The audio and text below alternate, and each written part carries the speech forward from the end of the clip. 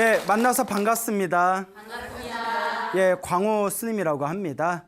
오늘은 부처님 불교설화에 나오는 그 재미난 이야기를 들려드릴까 합니다. 그 부처님 당시에 있었던 일입니다. 그 부처님 당시에 사위성이라는 곳이 있었어요. 그 사위성에 아주 부잣집 가문에 그 어떤 여인이 있었습니다. 이 부잣집 가문에 여인이 있었는데 어느 날 임신을 했어요. 결혼을 해서 이렇게 임신을 했는데 임신을 해서 이제 산딸이 거의 다 찼을 즈음에 한 이제 10개월이 다 되었을 즈음에 갑자기 병에 걸려버린 거예요.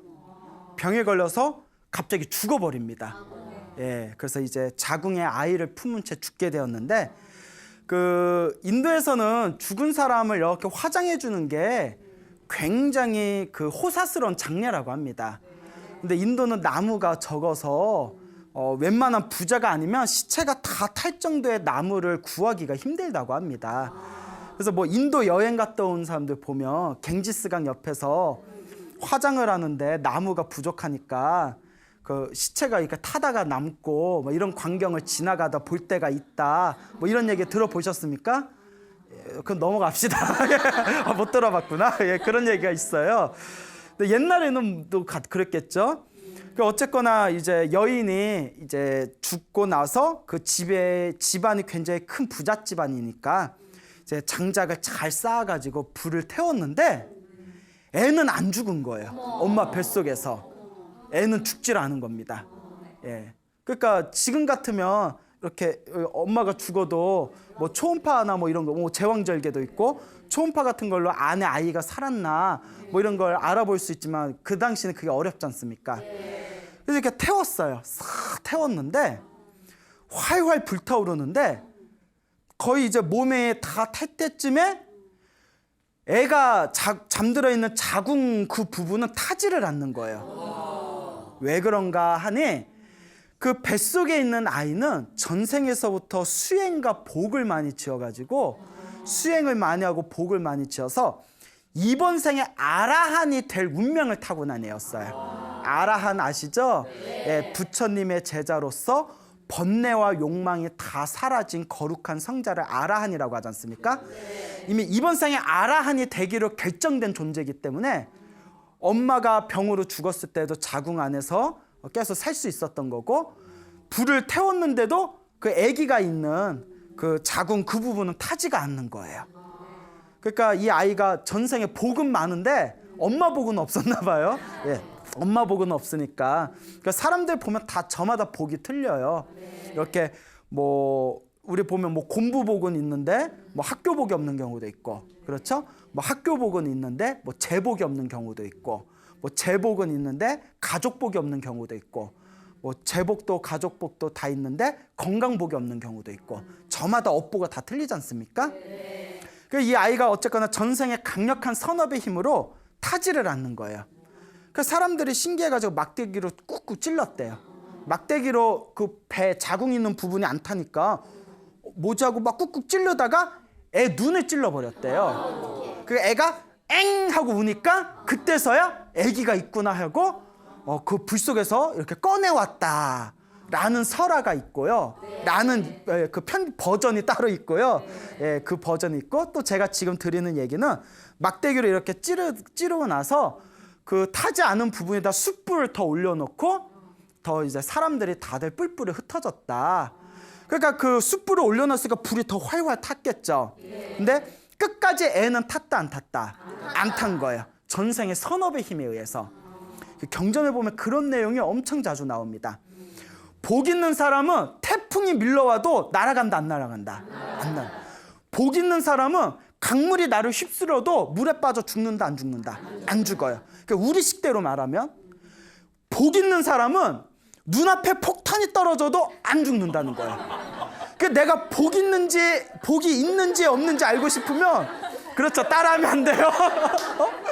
내가 복이 있을까 없을까? 여기다 불 붙여봐야지. 뻥 해버리면 예, 그래 이런 거 이 정도는 판단할 수 있죠? 예, 이런 건 따라하시면 안 돼요. 다만 경전에서는 복 있는 사람은 보호받는다는 거예요. 예. 자, 어쨌거나 그러니까 그 숯불 속에서 활활 그 다음날 아침에 그 장작이 다 타서 그 엄마의 몸이 다 불에 타서 재가 된 그 순간에도 아기는 털끝 하나 손상되지 않았다는 거예요. 불 속에서. 이게 다 전생에 누가 지은 복이다? 예, 자기가 지은 전생의 복과 선업의 힘이라는 겁니다. 그만큼 복의 힘이 강력하다는 거예요. 예, 어떤 분들은 공부하시는 분들 중에서는 이 복이라는 걸 무시하는 분들도 간혹 있는데 부처님의 경전을 보면 부처님도 복을 엄청나게 중요하게 말씀하신 내용이 굉장히 자주 나옵니다. 우리가 세속에서 잘 먹고 잘 살려고 하더라도 뭐가 있어야 돼요? 복이 있어야 돼요. 복 없으면 뭘 해도 안 풀려요. 희한하죠? 어떤 사람이 큰맘 먹고 10년 동안 열심히 일을 해가지고 돈을 모았어요. 그 장사를 하려고 하는데 저기에 굉장히 막 맛집으로 유명한 데 있잖아요. 막 목 좋고 사람들 막 엄청 많이 오는데, 그래서 야 여기는 누가 와도 성공하겠다 싶었는데 자기가 딱 맡으니까 손님이 뚝뚝 떨어진다는 거예요. 왜 그럴까요? 복이 없는 거예요. 다 아네. 다 아는데 내만 같지 않죠? 이만큼 복이 무섭다는 거예요.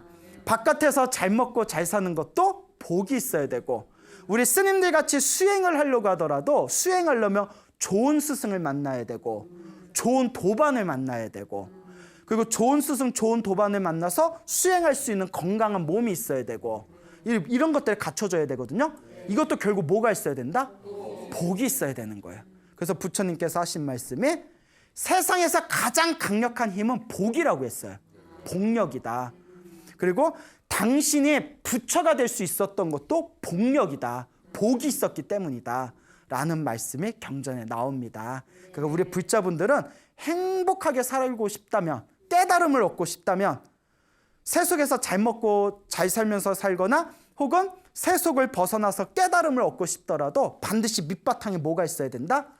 복이 있어야 된다. 복을 잘 지어야 된다라는 것을 거듭해서 말씀드리고 싶습니다.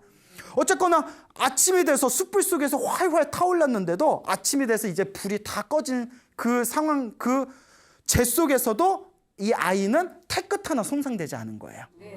그 다음날 이제 아침에 이제 그 시체의 재를 이제 처리를 해야 되니까 아침에 이제 가족들하고 그 장례 그 화장터를 담당하는 화장장하고 사람들이 우르르 왔는데, 일꾼들이 왔는데 애가 거기에 떡하니 이제 누워 있는 거예요. 놀래가지고 세상 이런 일이 어딨냐, 이런 일이 어딨냐. 지금 같으면 막 TV 나오고 난리 났을 거예요. 인터넷 막 신문 올라가고.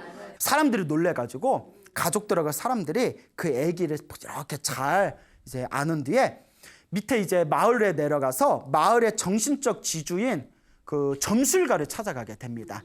옛날 사람들은 약간 샤머니즘 문화가 있잖아요. 그 점술가에게 찾아가서 엄청나게 신기한 일을 겪었습니다. 그 하루 밤낮 동안 요 불 속에서 이 아이가 혼자서 살아남았습니다. 이게 어떻게 된 겁니까? 하니까 요 점술가가 용했나 봐. 용했나 봐요. 딱 보더니 이 아이는 전생에 엄청나게 복을 많이 지은 아이다. 만약에 세속에서 결혼해서 가정생활을 한다면 7대가 다 부자로 살 것이다. 몇 대?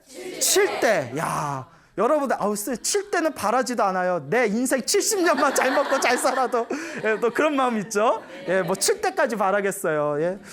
7대가 부자로 평생을 7대가 잘 먹고 부자로 살게 될 것이고, 만약에 머리를 깎고 출가해서 스님이 된다면 500명의 제자를 둘 큰 스님이 되실 것이다. 다 그런 이야기를 하는 겁니다. 여러분 같으면 7대를 잘 먹고 잘 사는 부자의 길을 선택하겠어요? 아니면 500명의 제자를 거느리는 그런 아주 큰 스승이 될 수 있는 스님이 되겠어요? 아까 기도 열심히 한다면서 7대 그래요, 알겠다. 나가. 그렇죠. 자, 어쨌거나 이제 그런 점술가가 그런 예언을 합니다. 그 이제 가족들이 이제 잘 키웠대요. 잘 키워서 애가 7살이 됐답니다. 7살이 됐을 때, 7살이 됐는데 같이 이제 친구들하고 놀고 있는데 어느 좀 입이 가벼운 친구가 있었나 봐요. 그 친구가 요 불 속에서 살아남은 애한테 이렇게 이야기합니다. 상기자여 상기자여. 상기자가 이름입니다. 뭐 이렇게 막대기로 찌르다라는 말에서 나온 이름이라고 합니다. 아까 이렇게 막대기로 이렇게 쑤셔봤다 이랬잖아요. 상기자. 상기자여 상기자여. 우리 엄마가 그러는데, 우리 집에서 그러는데, 너의 엄마가 너 낳기 전에 돌아가셨는데 화장하고 나서 그 재 속에서 네가 살아남은 거란다. 이런 이야기를 한 거예요. 그 얘기를 듣고 충격을 받아서 이제 자기를 키워준 가족들한테 갑니다. 우리 친모가 그런 일이 있었다는데 사실입니까? 가족들이 숨길 이유가 없잖아요. 그래, 맞다. 너는 불 속에서 살아남은 애다. 너는 우리들에게 소중한 아이다. 그 7살짜리가 뭐라고 하냐면, 제가 그렇게 어머니가 세상을 떠나시고 어머니 뱃속에 있다가 우리 어머니의 몸을 불태우는 그 화장터에 그 장작더미 화염 속에서 제가 살아남은 아이인데, 제가 이 세속에 무슨 미련이 있겠습니까? 차라리 머리 깎고 출가해서 돌을 닦겠습니다. 이러는 거예요. 몇 살짜리가? 7살짜리가. 예, 유치원이. 예, 그래서 부담스러워. 그런 애들. 자, 이런 이야기를 할 수 있는 건 그만큼 전생에 무엇을 했다? 예, 전생에 이제 수행을 했다는 거예요. 전생에 이제 닦은 게 많은 아이라는 거예요. 전생에 닦은 게 많은 아이이기 때문에 딱 그런 생각을 일으킬 수가 있는 겁니다. 그러니까 이제 가족들도 이제 불심이 지긋했나 봐요. 그래서 누구에게 맡기냐면, 부처님 10대 제자 중에 지혜제일이라고 불리운 사리불 스님의 제자로 맡깁니다. 사리불 스님한테 우리 소중한 아이인데 스님께 맡기겠습니다. 스님께 바치겠습니다. 이 아이를 이제 스님으로 출가시켜서 잘 키워주십시오. 부탁을 합니다. 그래서 이제 사리불 스님의 제자로 받아들였는데, 부처님 당시에는 출가를 할 때 다음과 같은 법도가 있습니다. 스님이 두 종류의 스님이 있어요. 20살 전에 출가하면 아직 어리다 해가지고 삼위스님이라고 불렀어요. 삼위스님. 무슨 스님? 삼위스님. 20살 이전에는 20살을 넘으면 구족계라는 걸 받게 됩니다. 비구계 혹은 구족계라고 하는데, 우리 스님들은 이제 250개를 받아요. 비구 스님들은. 비구니 스님들은 348개를 받고, 이 구족계를 받으면 20살이 넘어서 구족계를 받으면 비구 스님이라고 부릅니다. 알겠죠? 그러니까 동자승은 삼위승. 20살이 넘어서 구족계를 받으면 250가지 계율을 받으면 비구승이라고 부릅니다. 알겠죠? 그러니까 7살짜리니까 무슨 승이겠어요? 삼위승, 삼위스님이 되겠죠? 삼위승은 계율을 10가지만 받아요. 예, 10가지라도 잘 지켜라. 뭐 이제 아주 어리니까. 그래서 이제 머리를 깎이기 전에 이 사리불 스님이 몸을 관찰하는 간단한 명상법을 가르쳐 줬대요. 예, 다음과 같이 몸을 관찰해라. 내 몸을 관찰하는 명상법을 가르쳐 주니까, 명상법을 딱 듣는 순간 이 7살짜리 상기자가 딱 명상에 들어간 거예요. 명상에 들어간 상태에서 사리불 스님이 머리를 깎으려고 면도날 있죠. 면도날 옛날에 삭도라고 불렀어요. 삭도. 삭도로 머리카락을 싹 긁는 순간 그 자리에서 깨달음을 얻었대요. 7살짜리가 아라한이 된 거예요. 몇 살짜리가? 7살짜리가 아라한. 모든 번뇌와 욕망이 사라진 거예요. 몇 살짜리가? 7살. 부담스러워. 7살짜리가 번뇌와 욕망이 사라져봐요. 부담스럽죠. 어떻게 그럴 수가 있냐? 전생에 그만큼 많이 수행을 많이 하고 많이 닦았다는 거예요. 그러니까 전생에 지어놓은 게 있기 때문에 불 속에서도 타지 않은 거고, 7살짜리가 그렇게 지혜로운 거고, 그리고 7살의 어린 나이에 아주 간단하게 그 짧은 순간에 삭도로 머리카락을 밀어버리는 짧은 순간에 아라한이 될 수 있었다. 이것도 누가 지은 복이다?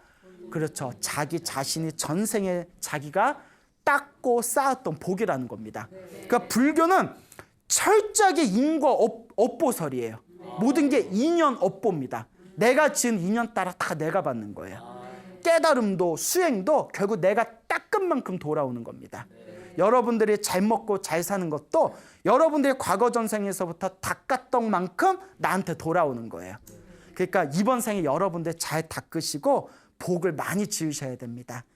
또 스님인 저희들도 열심히 또 수행을 해야 되고요. 자, 어쨌거나 7살에 이제 나이에 다 이제 아라한이 됩니다. 자, 그런데 그 당시에 이제 30여 명의 그 귀족 집안의 그 어떤 귀족들이 있었어요. 아주 그냥 귀족 가문의 귀족들 30명이 어느 날 부처님 법문을 듣고 감동을 받아서 30여 명의 귀족들이 머리를 깎고 출가를 합니다. 세상의 모든 욕망을 놓아버리고 머리를 깎고 출가해서 비구, 아까 비구에 대해서 말씀드렸죠. 20살이 넘은 비구 스님은 출가를 하면 5년 동안 철저하게 계율을 배운대요. 예, 부처님 당시 5년 동안 철저히 계율을 배우고 난 뒤에 이제 당신의 전공을 살려가지고 이제 각자의 길을 가게 됩니다. 그러니까 가장 중요한 밑바탕이 계율이에요. 그래서 이 30여 명의 귀족 출신의 스님들이 5년 동안 계율을 잘 배우고 나서 부처님을 찾아가서 질문을 던집니다. 부처님, 저희가 5년 동안 계율을 철저히 연구를 했습니다. 잘 배웠습니다. 5년의 시한이 지났으니 저희가 이제 무엇을 닦으면 되겠습니까? 부처님께서 붓다의 제자, 부처님의 제자는 두 가지 길이 있다. 부처님 말씀을 열심히 연구하는 교학승이 되거나, 학승이라고 하죠. 학승이 되거나 수행 주제를 하나 받아서 명상을 하는 그런 명상의 길이 있다. 이제 윗바사나라고 부르는데요. 이제 사마타 윗바사나의 길이 있다. 그러니까 이 30여 명의 스님들이 딱 고민을 한 뒤에 부처님의 말씀이 너무나 많은데 우리가 지금 나이가 들어서 그걸 다 언제 연구하겠냐. 그러니까 부처님한테 수행 주제를 받아서 산에서 수행을 하는, 명상을 하는 사마타 윗바사나를 닦는 그런 어떤 마음을 닦는 수행자가 되자 결심을 합니다. 그래서 이제 30여 명의 이 스님들이 부처님께 아라한이 될 수 있는 마음을 닦는 수행 주제를 받아요. 이제 우리 한국 불교식으로 얘기하면 화두를 줬다 그러죠. 화두를 줬다. 스님이 공부할 수 있는 주제를 딱 줬는데 이 30여 명의 스님들한테 다 수행 주제를 주고 이 30여 명의 스님들이 30명의 비구 스님들이 부처님, 저희는 이제 산에 들어가서 오직 수행에만 전념하겠습니다. 이 3개월 안거가 끝나면 다시 부처님께 점검받으러 오겠습니다. 부처님이 가만히 이제 신통력으로 이 30명의 비구 스님들의 숲속에 들어가면 수행을 잘할 것인가 이렇게 뚫어봤대요. 그 순간 부처님은 전생과 내생 뭐 다 뚫어보시잖아요. 그 순간 무엇을 보셨냐면 절에서 일을 도와주는 어떤 한 사람 때문에 스님들을 도와주고 절에서 일을 도와줘서 밥을 얻어먹는 한 사람 때문에 이 30명의 스님들이 큰 곤란함에 빠질 수가 있겠구나. 그럼 어떻게 해야 되겠까? 그 부처님이 다 이렇게 고민을 해보고 이 숙제, 이 인연을 어떻게 풀어야 될까 다 뚫어봤더니 사리불 스님의 7살짜리 제자인 상기자를 같이 보내면 훗날 어려움이 닥쳤을 때 이 악연을 잘 풀 수가 있겠구나라는 걸 다 뚫어보십니다. 그래서 그 30명의 스님들한테 그런데 숲에 들어가기 전에 지혜제일 사리불 스님을 만나서 먼저 인사부터 좀 드려라. 이렇게 이제 조언을 해줍니다. 이제 30명의 스님들이 이렇게 사리불 스님을 찾아가서 저희가 부처님께 수행 주제를 받아서 숲에 들어가서 수행을 하려고 하는데 부처님께서 사리불 스님한테 먼저 인사드리라고 했습니다. 그래서 찾아왔습니다 하니까 사리불 스님이 뭐지? 예? 한 번도 그런 일이 없었거든요. 아니 부처님이 숲에 수행하러 간다고 하면 다 그러라고 했는데 왜 굳이 나한테 인사하고 가라고 했지? 그런 경우가 없었는데 그래서 사리불 스님이 지혜 제일이잖아요.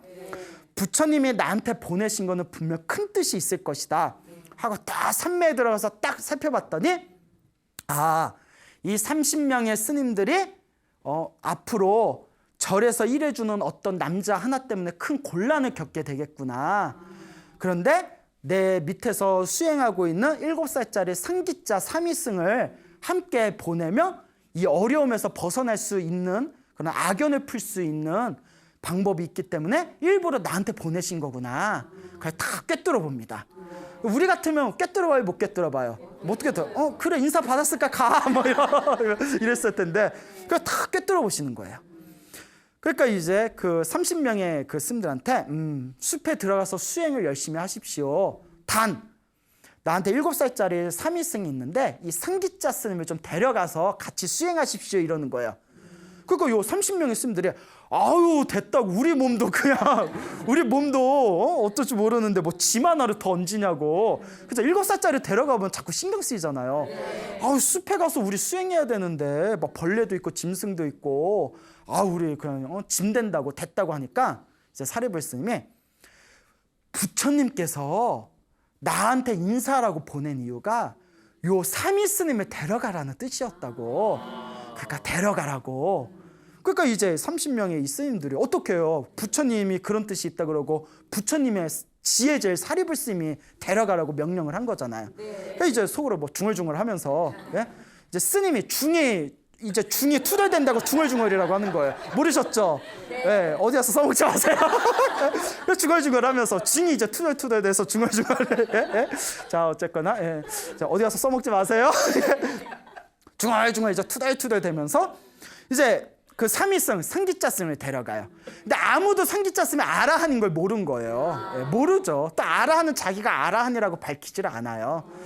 자 어쨌건 이렇게 데려가서 이제 먼 길을 떠났는데 어느 마을에 도착하게 됩니다. 마을에 도착하니까 마을 사람들이 어머 이렇게 스님들이 많이 오신 경우가 없는데 웬일이야 하면서 이렇게 공양을 잘 올렸대요. 잘 올리면서 스님 어디에 이렇게 가십니까?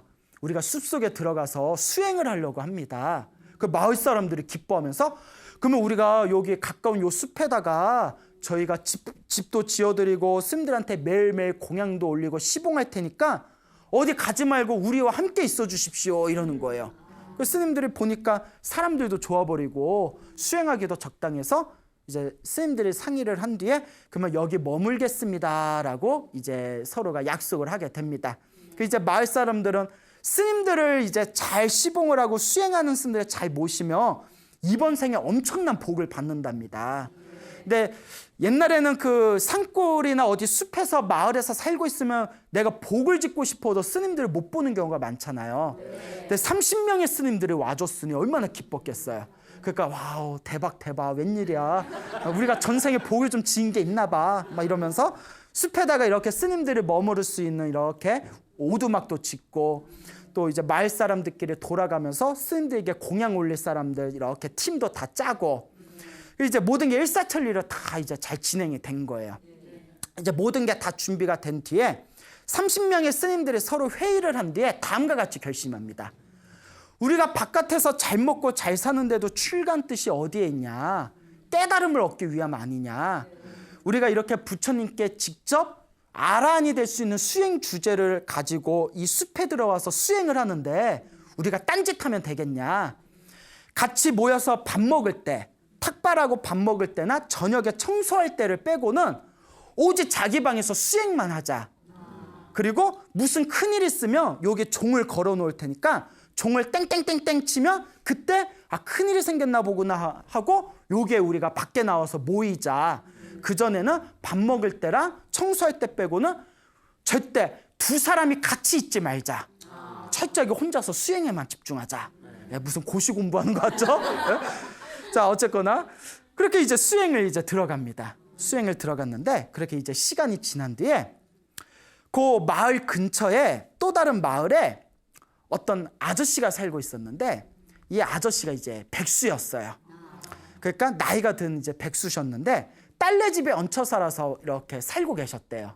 근데 딸도 좀 가난했나 봐요. 딸이 먹을 게 다 떨어져 버리니까 이 아버지가 눈치가 보이는 거예요. 그래서 우리 같으면 딴 일이라도 구해볼 텐데 다른 딸네 집에 가야겠다 이렇게.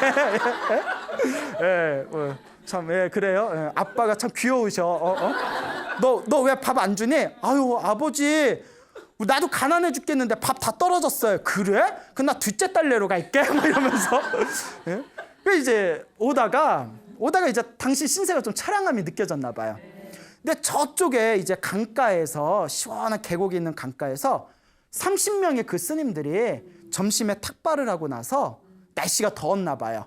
거기 강가에서 목욕을 시원하게 하신 뒤에 30명의 스님들이 둘러앉아서 그 상기자 그 사미승까지 이제 31명이겠죠. 이렇게 밥을 드시고 계셨대요. 근데 밥 먹는 모습이 너무나 보기가 좋고 배가 고픈 거예요, 이 아저씨가. 근데 우리가 보통 누구 먹고 있는 거 이렇게 빤히 쳐다보면 그렇잖아요. 조금 뭐 진상이라 그러잖아요. 그래서 밥 먹고 있는데 계속 이렇게 쳐다보면. 근데 이 아저씨가 스님들 밥 먹고 있는데 옆에서 계속 쳐다보는 거예요.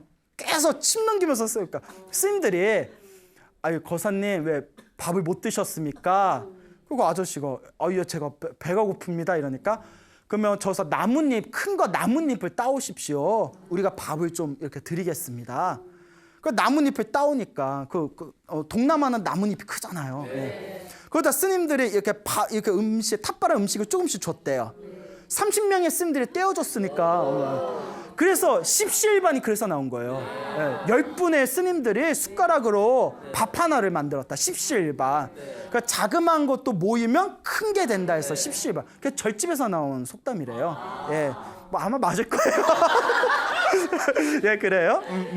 되게 좋아하시네. 예. 자, 그 30명분이 먹는데 존경하는 스님들이 드시는 거라고 마을 사람들이 얼마나 신경 썼겠어요. 아저씨가 먹으면서 너무 진수성찬인 거예요. 와, 그래서 이제 다 먹고 나서 스님들한테 스님들은 이 좋은 음식을 어떻게 만듭니까? 그 스님들이 우리가 만든 거 아닙니다. 그럼 이게 어디서 난 겁니까? 이 좋은 음식들이. 점심 때마다 신도들이 공양을 올립니다.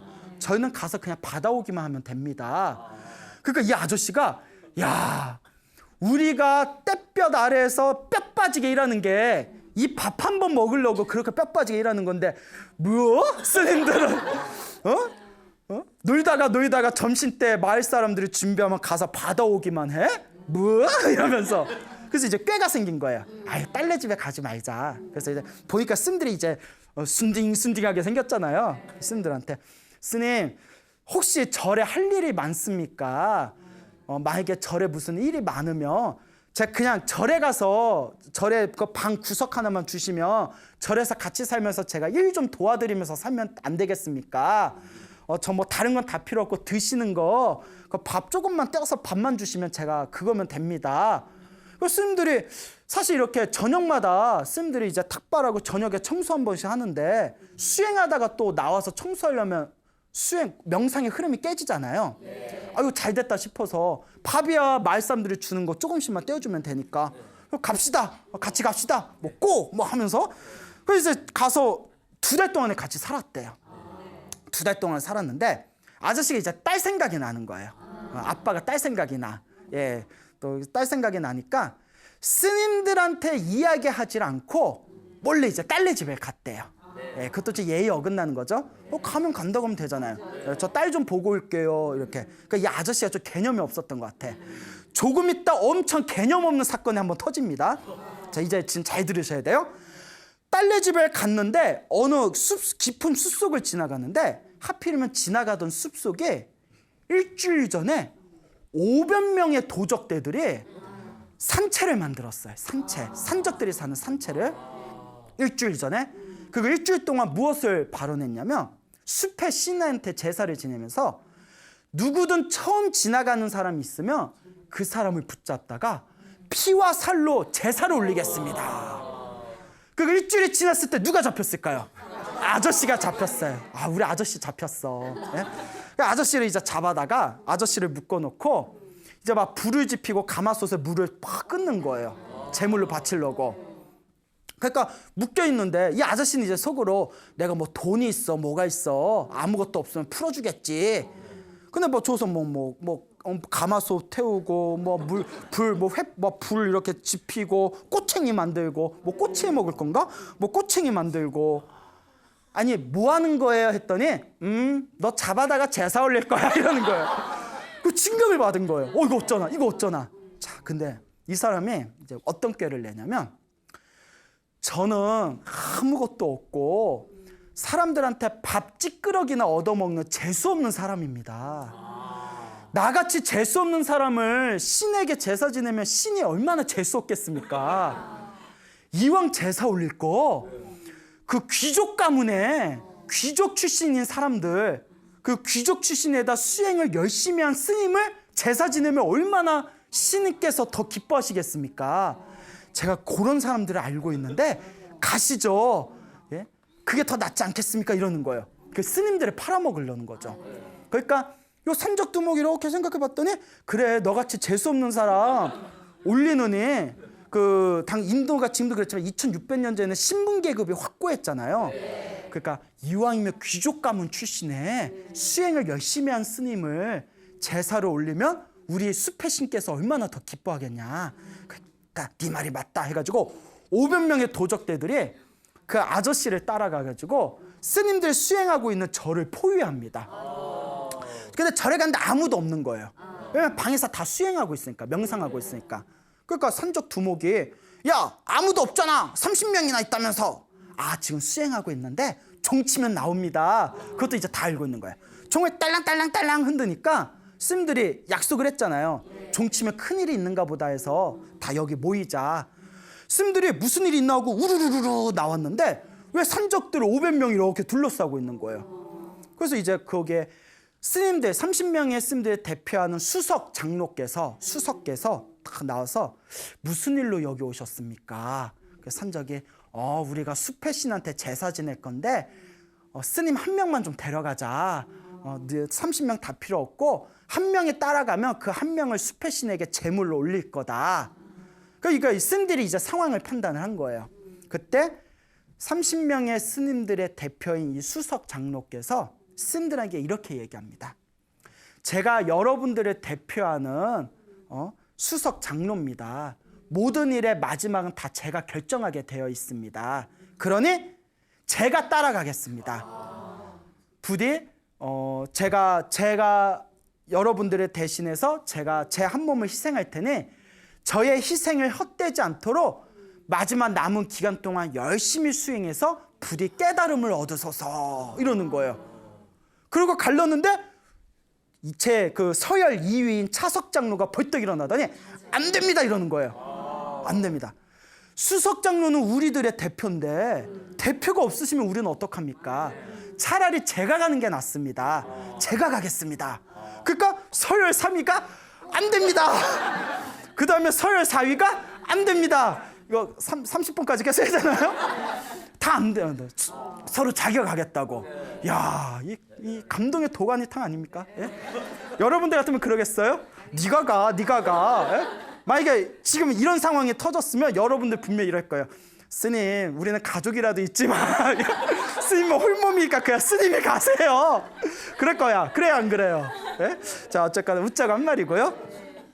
서로 그러고 있을 때 그때 상기자 3위가 짠하고 나타납니다. 제가 가겠습니다. 어린 제가 가겠습니다. 넌 안 된다. 왜 안 됩니까? 사리불 스님께서 너를 일부러 우리들한테 맡겼는데 네가 가사가 혹시 해를 큰 어떤 그런 곤란함에 빠지면 우리 입장이 뭐가 되냐. 넌 안 된다 했을 때 상기자 3위가 모르시겠습니까? 저를 일부러 스님들하고 같이 보낸 게 이것 때문에 보낸 겁니다. 그래서 저를 믿고 보내주십시오 이러는 거예요. 야, 그러니까 이제 알아 하는 걸 모르는 거죠. 그러니까 막 이제 그때 이제 사리불 스님이 언젠가 필요할 일이 있으니까 데려가라 뭐 이런 게 기억이 나잖아요. 그 뭐 30명 있으면 울면서 가라 잘 가라 그래 잘 가라. 예? 부디 내가 너의 희생을 생각하고 우리가 열심히 수행할게 막 울면서 이제 보냅니다. 상기자 스님이 이제 산적하고 같이 가요. 이제 산적들이 이제 500명의 산적들이 막 이제 불을 지피고 뭐 하고 이제 산적 두목에 이제 어린 삼위승을 다 이렇게 앉혀놓고 그래도 이제 양심은 있는지 그래 안 아프게 한 방에 보내줄게 이제 이러는 거예요. 안 아프게 한 방에 보내줄게. 그리고 칼을 산적 두목이 500명의 산적 두목이면 힘이 얼마나 세겠어요. 그건 최적이 이제 서열이 힘으로 정리되잖아요. 천하장사 아니겠어요? 그 무식한 칼날로 상기자 스님의 목을 꽝 하고 내리쳐요. 그래서 죽겠어요? 안 죽겠어요? 불에서도 안 탔다. 막말로 불에서도 안 탔어요. 이건 이 상기자 스님은 전생에 너무나 큰 공덕이 있기 때문에 세상에 어떤 걸로도 무너뜨릴 수가 없답니다. 이번 생에. 그만큼 복의 힘이 강하다는 거예요. 때렸는데 칼날이 찌그러져 버리더래요. 놀래가지고 두 번째 칼로 또 있는 힘껏 내리쳤는데 칼날이 부러져 버렸대요. 이 믿을 수 없는 상황을 보고 너무 놀래서 산적 두목이 뭐 덜덜덜 떨다. 사람이 상식을 벗어나 엄청난 사건을 만나게 되면 이성이 이렇게 마비가 되고 모든 게 이렇게 풀려나가 버리잖아요. 그 자리에서 이 삼위 스님에게 절을 올립니다. 어린 스님이시여, 저는 지금까지 살아오면서 한 번도 힘에서 져본 적이 없습니다. 그리고 제가 칼을 들고 눈만 불하려도 수많은 사람들이 공포에 떨면서 주저앉습니다. 근데 지금 어린 스님의 모습은 너무나 환하고 밝습니다. 얼굴이 너무나 평온해 보입니다. 그 비결이 무엇입니까? 그때 우리 상기자 스님이 그 몇 살짜리? 7살짜리 그 부담스러운 7살짜리 스님이 이렇게 얘기합니다. 모든 욕망과 집착이 사라진 사람은 더 이상 두려움과 공포가 없습니다. 죽음이 다가와도 절대 두려워하지 않고 수명이 끝나도 오히려 공포와 두려움보다 기쁨이 찾아옵니다. 모든 욕망과 집착이 사라진 사람은 더 이상 공포와 두려움이 없는 법입니다. 라고 다 법문을 해버리니까 그 자리에서 산적 두목이, 그러니까 이 산적들도 전생에 이제 성근이 있던 거예요. 우리 같으면 뻥치고 있네 이럴 수도 있고. 산적 두목이 그냥 가슴에 다 감아대면서 자기 밑에 있는 499명의 도적의 부하들을, 산적 부하들한테 이렇게 얘기합니다. 나는 이 스님을 모시고 나는 마을에 가서 머리 깎고 출가할 것이다. 이걸 보고 어떻게 출가를 안 할 수 있겠냐. 나는 이분을 스승으로 모시고 출가할 것이다. 니들은 어떡하겠냐 했더니 나머지도 우리도 이제 두목을 따라서 저 어린 스님을 스승으로 삼아서 머리 깎고 출가해서 스님이 되겠습니다. 다 감화를 받은 거예요. 우리 같으면 거저줘도 못 받을 거예요. 부담스럽잖아요. 예? 자, 그래서 이 7살짜리 이 스님이 머리를 다 깎이고 다 이제 승복을, 이제 갖고 있는 옷을 다 이렇게 찢어서 염색을 해서 다 승복을 입게 하고, 20살이 넘으면 뭐라고 했죠? 비구인데 삼위계를 줍니다. 왜냐하면 자기가 삼위기 때문에 20살이 넘어도 비구계를 못 주는 거예요. 무슨 말인지 알겠죠? 또 비구계는 율장에 의하면 10명 이상의 스님이 합의를 봐야 되거든요. 하여튼 이제 삼위계를 준 뒤에 500명의 도적을 스님을, 삼위 스님으로 만들어서 다 부처님께 갑니다. 근데 부처님께 가면서 무슨 생각을 하냐면, 자기하고 같이 있던 30명의 스님들이 나 죽었다고 생각하고 울며불며 지금 수행에 집중도 못할 텐데 먼저 그분들부터 만나서 마음을 좀 편안하게 해드려야 되겠다 생각을 해서 30명의 스님들을 먼저 찾아갑니다. 그러니까 이제 뭐 놀라워할 거 아니에요. 그래서 이제 자초지종을 얘기해서 나 이제 부처님한테 인사, 500명의 이 신창, 이제 신입이라고 하죠. 신입 500명 스님 모시고 부처님한테 갈 거니까 남은 기간 동안 수행 열심히 하고 나중에 또 뵙겠습니다. 몇 살짜리가? 7살짜리가. 예? 그리고 이제 가다가 부처님을 만나기 전에 자기 스승했던 사리불스님을 또 만납니다. 사리불스님한테 인사를 드리고 자초지종을 다 설명하니까 사리불스님이 자 이제 부처님께 가서 이제 인사를 올려라. 그 이제 또 다시 부처님께 찾아갑니다. 부처님께 찾아가서 다 인사를 올리고 그동안 있었던 일을 싹 이야기합니다. 부처님은 당연히 다 아시겠어요? 모르시겠어요? 다 아시죠. 다 아시면서도 그 500명의 그 선적이었던 그 이제 스님이 된 분들한테 지금 상기자 삼위 스님이 한 이야기가 사실이냐라고 질문을 던집니다.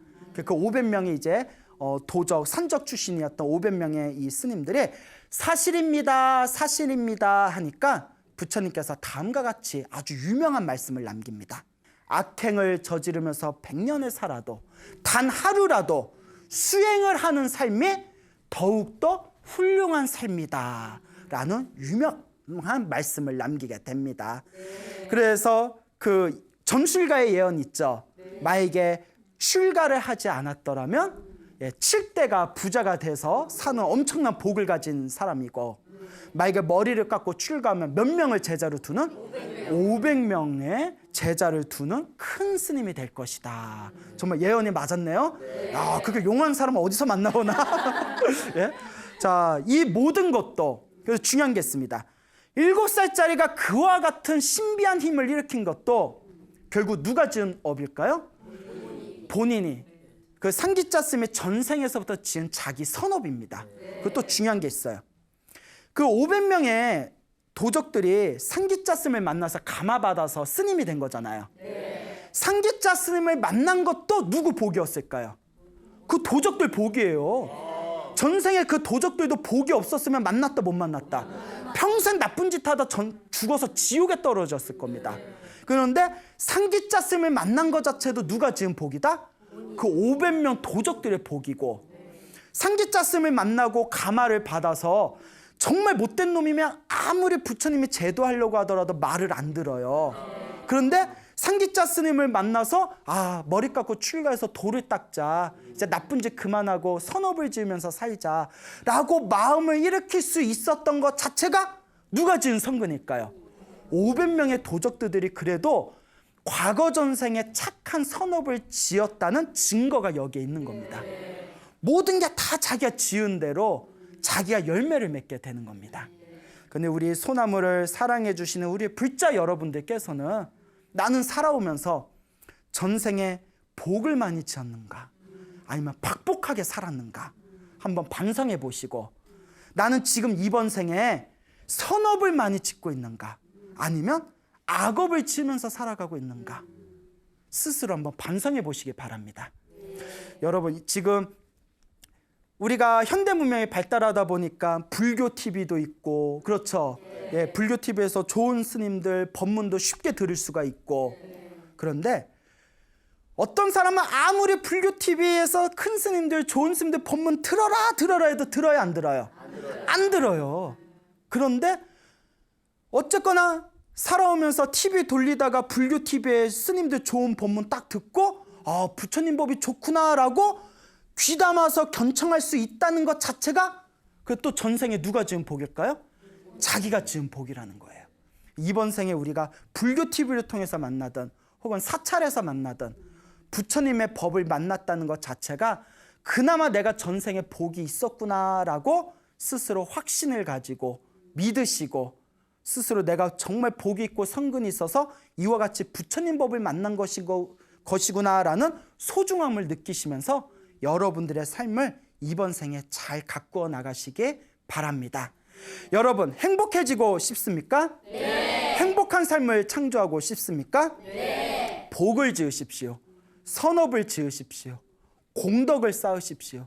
복과 선업과 공덕의 힘이 여러분들을 진정한 행복의 길로 이끌어 줄 것입니다. 오늘 여기서 마치겠습니다. 소중한 나, 무한 행복!